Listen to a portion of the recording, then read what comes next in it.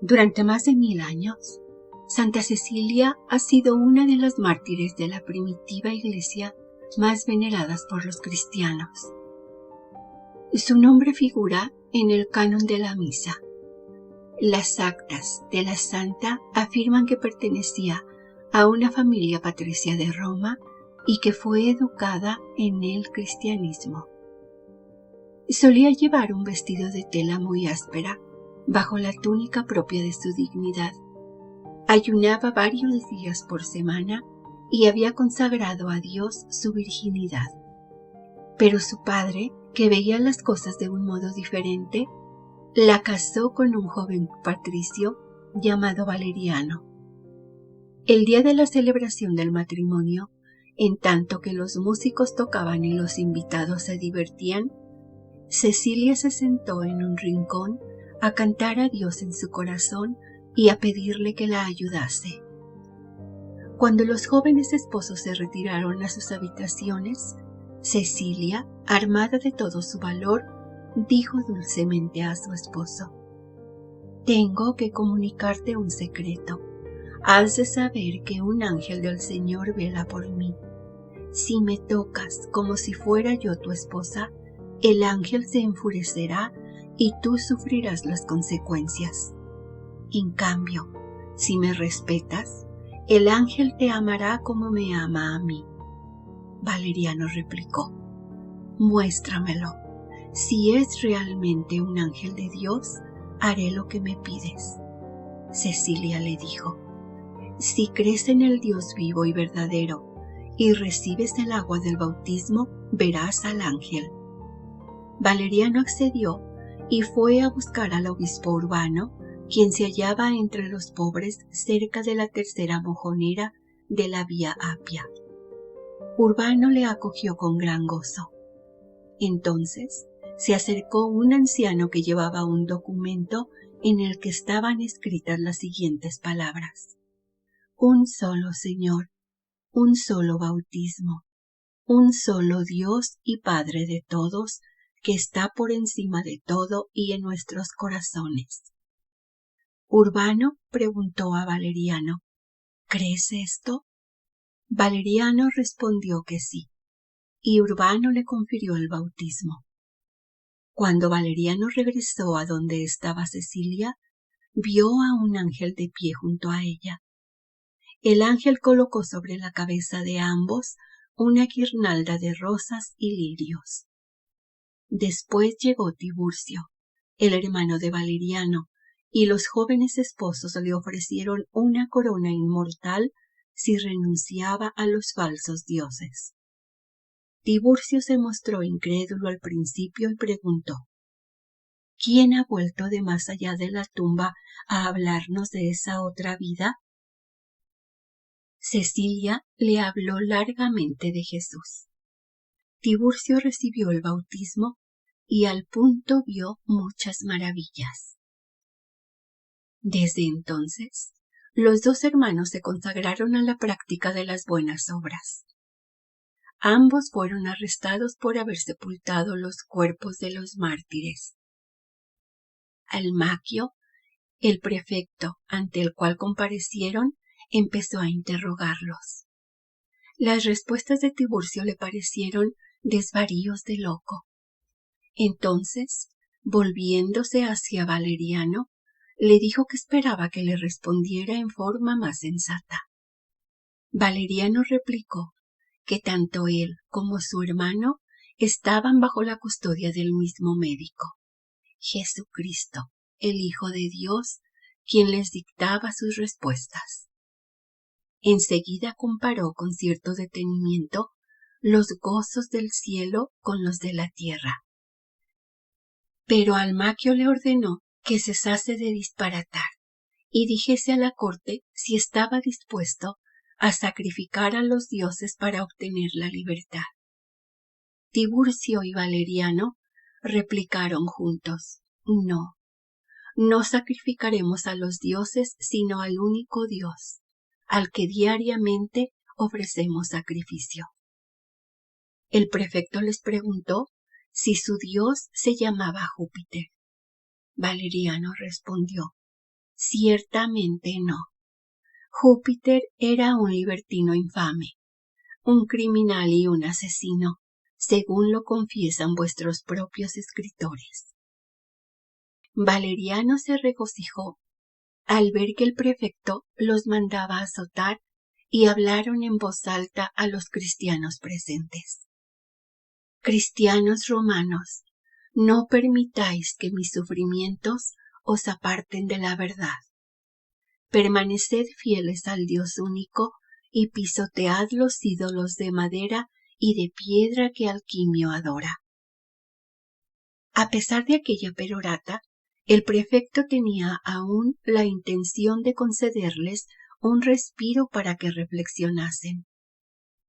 Pero uno de sus consejeros le dijo que emplearían el tiempo en distribuir sus posesiones entre los pobres, con lo cual impedirían que el Estado las confiscase. Así pues, fueron condenados a muerte. La ejecución se llevó a cabo en un sitio llamado Pagus Triopius, a 6 kilómetros de Roma. Con ellos murió un cortesano llamado Máximo, el cual, viendo la fortaleza de los mártires, se declaró cristiano. Cecilia sepultó los 3 cadáveres. Después fue llamada para que abjurase de la fe. En vez de abjurar, convirtió a los que la inducían a ofrecer sacrificios. El Papa Urbano fue a visitarla en su casa y bautizó ahí a 400 personas, entre las cuales se contaba a Gordiano, un patricio quien estableció en casa de Cecilia una iglesia que Urbano consagró más tarde a la Santa. Durante el juicio, el prefecto Almaquio discutió detenidamente con Cecilia. La actitud de la Santa le enfureció, pues ésta se reía de él en su cara y le atrapó con sus propios argumentos. Finalmente, Almaquio la condenó a morir sofocada en el baño de su casa.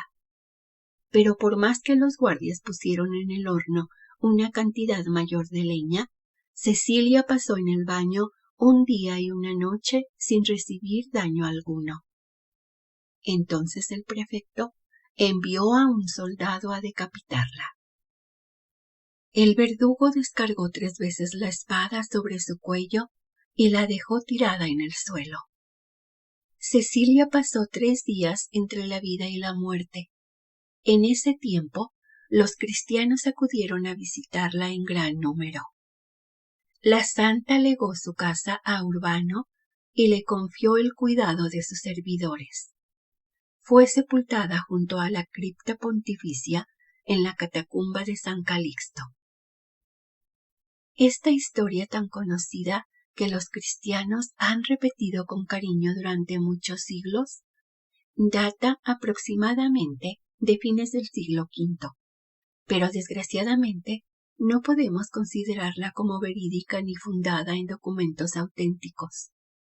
Tenemos que reconocer que lo único que sabemos con certeza sobre San Valeriano y San Tiburcio es que fueron realmente martirizados, que fueron sepultados en el cementerio de Pretextato y que su fiesta se celebra el 14 de abril. La razón original del culto de Santa Cecilia fue que estaba sepultada en un sitio de honor por haber fundado una iglesia. El Titulus Caeciliae. Por lo demás, no sabemos exactamente cuándo vivió, ya que los especialistas sitúan su martirio entre el año 177 de Rossi y la mitad del siglo IV Kellner. El Papa San Pascual I, entre 817 y 824, trasladó las presuntas reliquias de Santa Cecilia junto con las de los santos Tiburcio, Valeriano y Máximo a la iglesia de Santa Cecilia in Trastevere.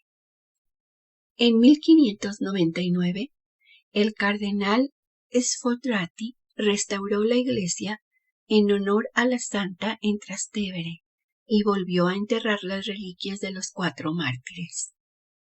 Según se dice, El cuerpo de Santa Cecilia estaba incorrupto y entero. Por más que el Papa Pascual había separado la cabeza del cuerpo, ya que entre los años 847 y 855 la cabeza de Santa Cecilia formaba parte de las reliquias de los 4 santos coronados. Se cuenta que en 1599 se permitió ver el cuerpo de Santa Cecilia al escultor Maderna, quien esculpió una estatua de tamaño natural muy real y conmovedora. No estaba de espaldas como un cadáver en la tumba, dijo más tarde el artista, sino recostada del lado derecho, como si estuviese en la cama, con las piernas un poco encogidas en la actitud de una persona que duerme. La estatua se halla actualmente en la iglesia de Santa Cecilia, bajo el altar próximo al sitio en el que se había sepultado nuevamente el cuerpo en un féretro de plata.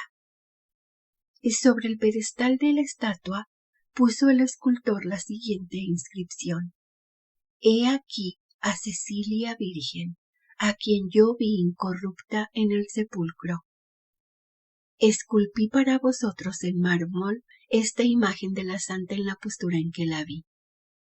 De Rossi determinó el sitio en que la santa había estado originalmente sepultada en el cementerio de Calixto, y se colocó en el nicho una réplica de la estatua de Maderna. Santa Cecilia es muy conocida en la actualidad por ser la patrona de los músicos. Sus actas cuentan que al día de su matrimonio, en tanto que los músicos tocaban, Cecilia cantaba a Dios en su corazón. Al fin de la Edad Media, empezó a representarse a la santa tocando el órgano y cantando.